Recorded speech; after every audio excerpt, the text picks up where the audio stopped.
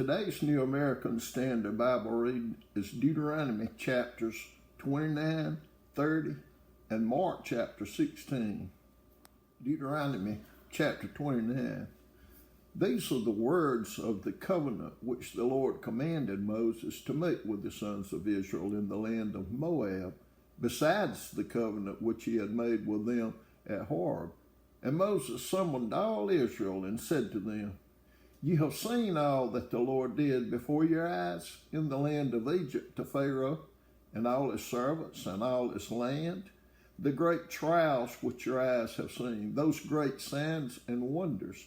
Yet to this day the Lord has not given you a heart to know, nor eyes to see, nor ears to hear. I have led you 40 years in the wilderness. Your clothes have not worn out on you, and your sandal has not worn out on your foot. You have not eaten bread, nor have you drunk wine or strong drink, in order that you might know that I am the Lord your God. When you reach this place, Sihon the king of Heshbon and Og the king of Bashan came out to meet us for battle, but we defeated them, and we took their land and gave it as an inheritance to the Reubenites, the Gadites, and the half-tribe of the Manassites. So keep the words of this covenant to do them, that you may prosper in all that you do.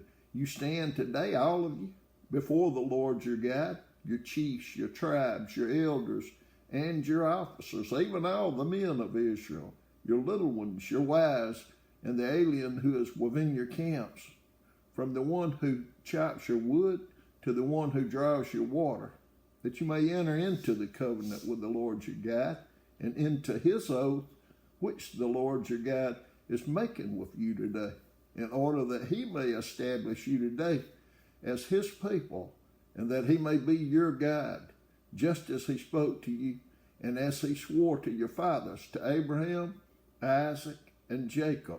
Now not with you alone am I making this covenant and this oath, but both with those who stand here with us today in the presence of the Lord our God, and with those who are not with us here today. For you know how we lived in the land of Egypt, and how we came through the midst of the nations through which you passed. Moreover, you have seen their abominations, and their idols of wood, stone, silver, and gold, which they had with them, so that there will not be among you a man or a woman or a family or a tribe whose heart turns away today from the Lord our God to go and serve the gods of those nations, that there will not be among you a root-bearing poisonous fruit and wormwood. It shall be when he hears the words of this curse that he will boast, saying, I have peace, though I walk in the stubbornness of my heart, in order to destroy the watered land with the dry. The Lord shall never be willing to forgive him, but rather the anger of the Lord and his jealousy will burn against that man, and every curse which is written in this book will rest on him, and the Lord will blot out his name from under heaven.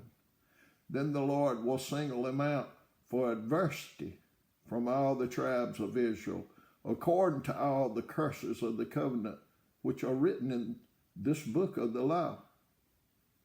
Now the generation to come, your sons who rise up after you, and the foreigner who comes from a distant land, when they see the plagues of the land and the diseases with which the Lord has afflicted it, will say, all its land is brimstone and salt, a burning waste, unsown and unproductive, and no grass grows in it, like the overthrow of Sodom and Gomorrah, Admah and Zebolim, which the Lord overthrew in his anger and in his wrath.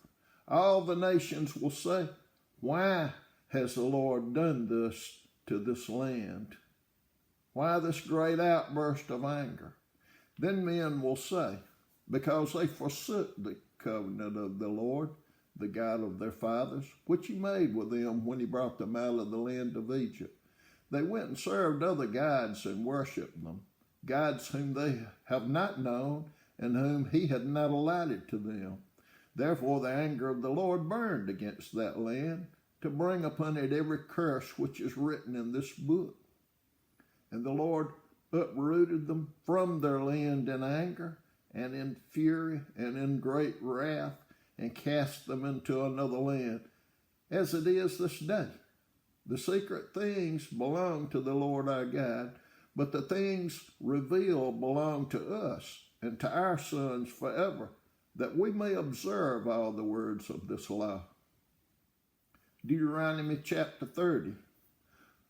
So it shall be, when all of these things have come upon you, the blessing and the curse which I have set before you, and you call them to mind in the nations where the Lord your God has banished you, and you return to the Lord your God and obey him with all your heart and soul, according to all that I command you today, you and your sons, then the Lord your God will restore you from captivity and have compassion on you, and will gather you again from all the peoples where the Lord your God has scattered you.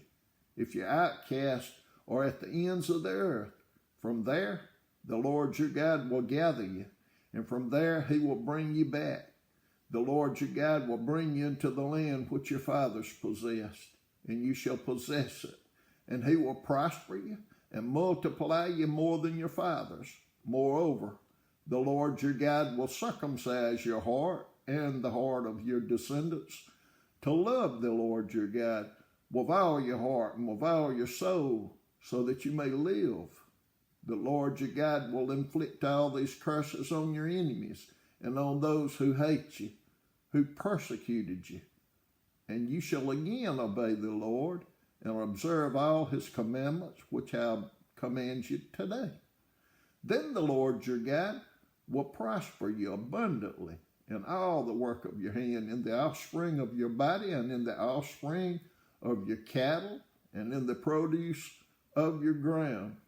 For the Lord will again rejoice over you for good, just as he rejoiced over your fathers, if you obey the Lord your God to keep his commandments and his statutes, which are written in this book of the law. If you turn to the Lord your God with all your heart and soul. For this commandment which I command you today is not too difficult for you, nor is it out of reach. It is not in heaven that you should say, who will go up to heaven for us to get it for us and make us hear it, that we may observe it. Nor is it beyond the sea that you should say, who will cross the sea for us to get it for us and make us hear it, that we may observe it. But the word is very near you, in your mouth and in your heart, that you may observe it. See, I have set before you today life and prosperity and death and adversity, in that I command you today to love the Lord your God, to walk in his ways, and to keep his commandments and his statutes and his judgments, that you may live and multiply, and that the Lord your God may bless you in the land where you are entering to possess it. But if your heart turns away, and you will not obey, but are drawn away and worship other gods and serve them, I declare to you today that you shall surely perish. You will not prolong your days in the land where you are crossing the Jordan to enter and possess it. I call heaven and earth to witness against you today that I have set before you life and death, the blessing and the curse. So choose life in order that you may live, you and your descendants, by loving the Lord your God, by obeying his voice, and by holding fast to him. For this is your life and the length of your days, that you may live in the land which the Lord swore to your fathers, to Abraham, Isaac, and Jacob, to give them. Mark chapter 16. When the Sabbath was over, Mary Magdalene and Mary, the mother of James, and Salome brought spices so that they might come and anoint him. Very early on the first day of the week, they came to the tomb when the sun had risen. They were saying to one another, who will roll away the stone for us from the entrance of the tomb? Looking up, they saw that the stone had been rolled away, although it was extremely large. Entering the tomb, they saw a young man sitting at the right, wearing a white robe, and they were amazed. And he said to them, "Do not be amazed. You are looking for Jesus the Nazarene, who has been crucified. He has risen. He is not here. Behold, here is the place where they laid him. But go, tell his disciples and Peter, he is going ahead of you to Galilee. There you will see him, just as he told you." They went out and fled from the tomb, for trembling and astonishment had gripped them, and they said nothing to anyone, for they were afraid. Now after he had risen early on the first day of the week, he first appeared to Mary Magdalene, from whom he had cast out 7 demons. She went and reported to those who had been with him while they were mourning and weeping. When they heard that he was alive and had been seen by her, they refused to believe it. After that, he appeared in a different form to 2 of them while they were walking along on their way to the country. They went away and reported it to the others, but they did not believe them either. Afterward, he appeared to the 11 themselves as they were reclining at the table, and he reproached them for their unbelief and hardness of heart, because they had not believed those who had seen him after he had risen. And he said to them, "Go into all the world and preach the gospel to all creation. He who has believed and has been baptized shall be saved, but he who has disbelieved shall be condemned. These signs will accompany those who have believed. In my name they will cast out demons. They will speak with new tongues. They will pick up serpents, and if they drink any deadly poison, it will not hurt them. They will lay hands on the sick, and they will recover." So then, when the Lord Jesus had spoken to them, he was received up into heaven and sat down at the right hand of God.